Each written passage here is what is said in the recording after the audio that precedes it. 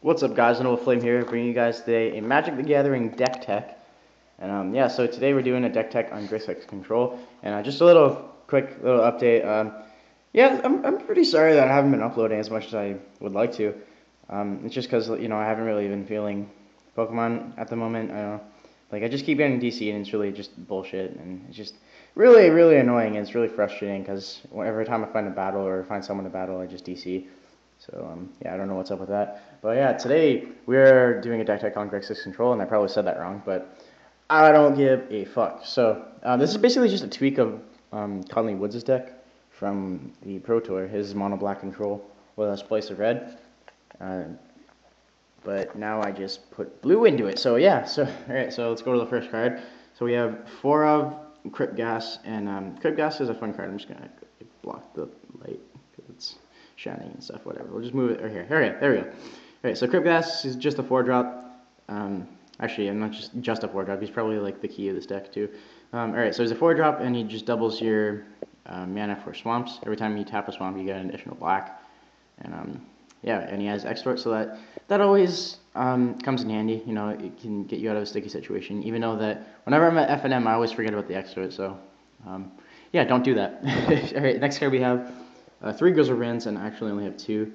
Because actually, one of these crypt ghast isn't even mine. It's some guy from FNM that I forgot to give it back to. Because he left before I could give it back to him, so whatever. Alright, so now we have 3 of grisslbrand, and grisslbrand is just, he is the black Sphinx's Revelation. He just comes in, pay 7 life, get summon cards, 7/7 flying lifelink, so you get that life right back, and he's a good blocker too.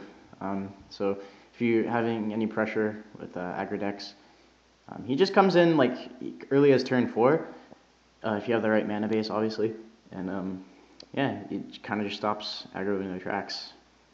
Yeah, I only have 2 because my local card shop didn't have another one, so yeah. Even though I gave one away to my friend because I thought I wasn't never going to use it, but apparently I wanted to use it. So next we have 4 of Mutilate, and this is probably the best card in this deck. I'm not even going to lie. Just because the amount of times that this has saved my ass, just because it's a 4 of, it's just so pretty. Like I love Mutilate. Like I don't even know. Like it saves my ass from aggro decks. And it stops indestructible creatures, obviously, like Falcon Wrath Aristocrat and Predator Ooze. Even though Predator Ooze isn't too common. Yeah. So next we have 2 Victim of Nights, and Victim of Nights, probably the best removal spell this rotation. The reason that not a lot of people play it is just because of that double black, and not a lot of people like that. But in this deck, it definitely works because you have a lot of black sources. It is a very black heavy deck. Alright, so yeah, that's that. So next we have, actually let's jump down to the blue real quick. Alright, next we have 4 Think Twice, and Think Twice is obviously just 2-drop instant, just draw a card with flashback 3. This deck really is dependent on card draw and getting to your big threats fast, and getting to Crypt Ghast and grisslbrand and other threats on the deck that you'll see later. So yeah, next is 2 promo Forbidden Alchemies. These are really pretty. Actually, most of these cards aren't even mine, they're my friends, but I don't give a fuck. So alright, so Forbidden Alchemy, you just look at the top 4 cards of your library, and if this would focus you. Alright, I think that's as good as you're gonna get. So you look at the top 4 cards of your library, and then put one of them in your hand and the rest in your graveyard, which is beautiful because you don't have to reveal it or anything, so they don't know what you took. It's always nice. Next we have 4 Aggro Bolasses, and I have a love-hate relationship with this card because I love it when you get something good from Aggro, like you get a Syncopate or something, or a Dreadbore or something you need, but I fucking hate it when it augers away Crypt Ghast and grisslbrands and mutilates. I wouldn't auger out mutilate, but it just augers out stuff that you would need all the time. But it's still a pretty good card. Honestly, if it wasn't a 1/3, I don't think people would play it that much, as much as they are now, obviously. But yeah, so yeah, on to the next card. All right, next we have 2 Syncopates, and I know what you're thinking. You're thinking, but Thenobleflame, why aren't you playing Dissipate? It's so much better. I don't really like in this deck just because Dissipate is double blue, and Syncopate and Crypt Ghast go really, really well together. Like they're kind of best friends. So yeah, that's why I like syncopate better than that. And honestly, anything that's worth syncopating, like they're not gonna have mana to what's it called, to pay the mana cost, obviously. So like something like Rakdos Return, where they're just gonna tap all their mana. That's something worth syncopating. Anyway, all right. Next we have 3 Snapcasters, and I like running 3. 3 is like a really good number for Snapcasters. Just 4 gets a little too annoying, just because you'll always pick up like, I don't know, at least 2 of them. But starting off with like 2 in your starting hand when you have nothing to Snapcast is just really, really, really annoying. All right. So next, let's go to the multicolor spells. We have 2 Dreadbores. And Dreadbore's second best removable spell in the game, just because it gets rid of planeswalkers, and that's always very nice, very nice. Next, we have 2 Rakdos' Return, and I only run 2 because it's really not that good against most decks. The only thing it's really good against is what's it called, Control Mirror, and the reason I keep it in like main board too is just because Crypt Ghast is also biffs with Rakdos Return, just because it's a good late game winner. You know, if they fuck up and tap out or something, you can just Rakdos Return for like 21, which actually I did in one. It was pretty funny. Alright, so next we have Nico Bolas. Obviously, why would you not play Nico Bolas in a Grixis deck? And Nico Bolas is just hilarious. If you don't know what he does, he is a 8-drop planeswalker, comes in with 5 loyalty counters, and his +3 ability is destroy target non-creature permanent, and his -2 is gain control of target creature. And he actually gets rid of a what's it called, a Pithing Needle too. So that's always nice. I know that definitely helped me out when I brought in Nico Bolas, blew up a Pithing Needle, and then I killed him. Yeah, it was pretty fantastic. Yeah, and then his ultimate. Wait, did I say his -2? I don't remember. But his -2 is just he gains control of target creature, which always nice.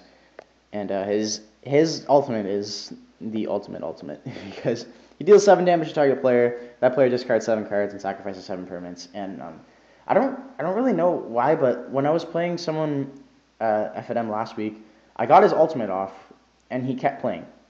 Like there's no way that you're gonna you're not gonna survive. You can't recover from his ultimate. Like why? Just give up. Just give up. It was, yeah, well, that was that. So, yeah, that's the deck. That's the spells and shit first. All right, let's just take a look at the mana base. First off, I'm not kind of, like, plugged in here. My phone's plugged into the wall, so it's because it died the last time I tried to do this. But we have 10 swamps. Swamps are key in this deck, obviously. So I'm just going to go ahead and, like, throw that together. We have 4 blood crypts, 4 watery graves, and 2 drowned catacombs. And the reason I don't run more drowned catacombs is because they are not swamps. As you know, shocklands are island, like swamp mountains, island mountains, island swamps. Just like they count as swamps too. So when I tap a watery grave and I have Crypt Ghast off, so a Snapcaster now becomes a 1-drop because I have Crypt Ghast out. So because you get the 1 blue from watery grave and then the extra black, and these do not get it because they are not swamps.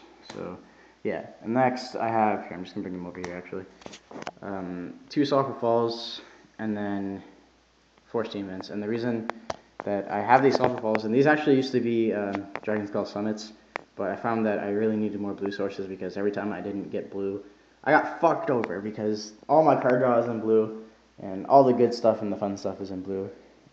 Yeah, so now we're gonna move over to the sideboard. I'm just gonna like move all this shit up because I can't get over to my sideboard. Get out of here. Get out of here. All right.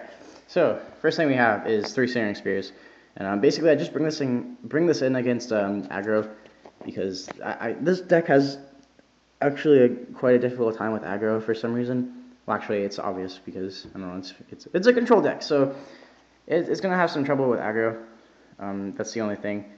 So I bring these in just to kind of like slow it down a little, and then I have the 4 augurs to slow down the aggro, just until I buy enough time to kill them, basically. Next we have 2 Slaughter Games, and this is the most evil card in the format right now. They gave Rakdos the evilest cards. They gave him Rakdos Return and Slaughter Games. Basically, Slaughter Games just, it can't be countered, and you name a non-land card, search that card, and oh, it's focused. Ooh, that's nice. You search your opponent's graveyard, hand, and library for any number of cards with that name and exile them. So like I could say Sphinx's Revelation, search his hand, search his graveyard, search his library. I get to actually look at his library, which is actually pretty key, because you get to see what your opponent's running, so that's always nice. So yeah, that's a really fucking evil card. Next, we have 2 negates just for Control Mirror, because everyone likes counter spells, obviously.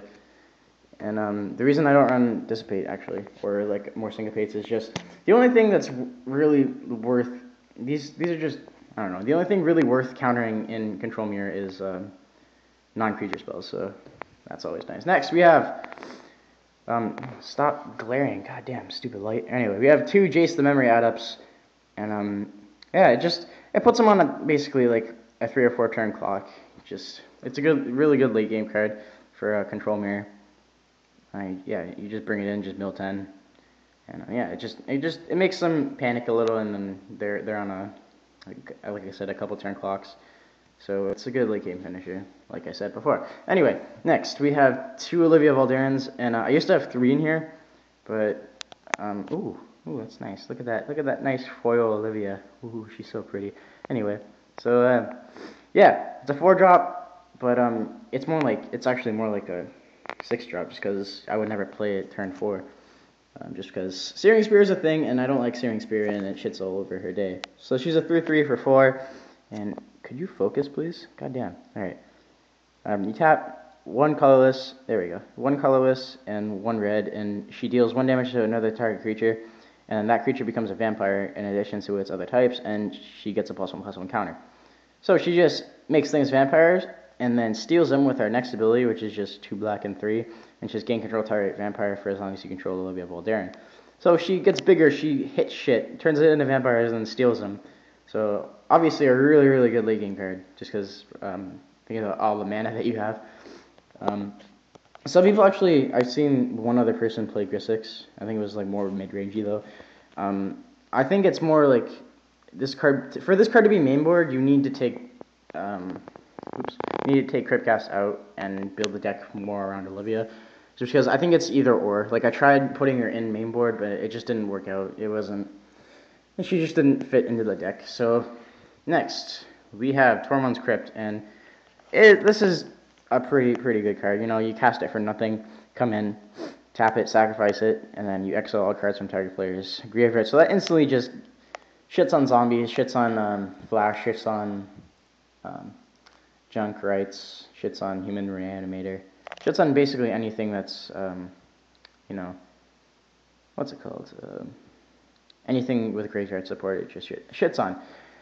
And then finally we have 2 Pithing Needles for, you know, obvious reasons. It's a really good card. And the one thing that I did not know about this card until like a couple days ago is that activated abilities of sources with the chosen name can't be activated unless they're mana abilities. And when I was playing Human Reanimator for 1 week, they named Undercity Informer, and for some reason I didn't know that.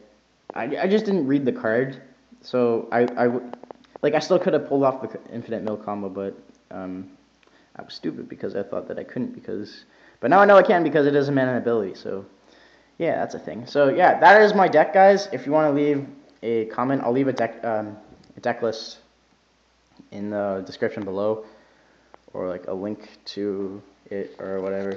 But yeah, it's my deck. If you like it, just leave a comment, tell me what you think. Make sure to like and subscribe if you like this deck tech, and if you guys want, I can do more actually. I'm playing like a new deck every week, so whatever. So until next time, guys, I'm thenobleflame, and I'll see you later.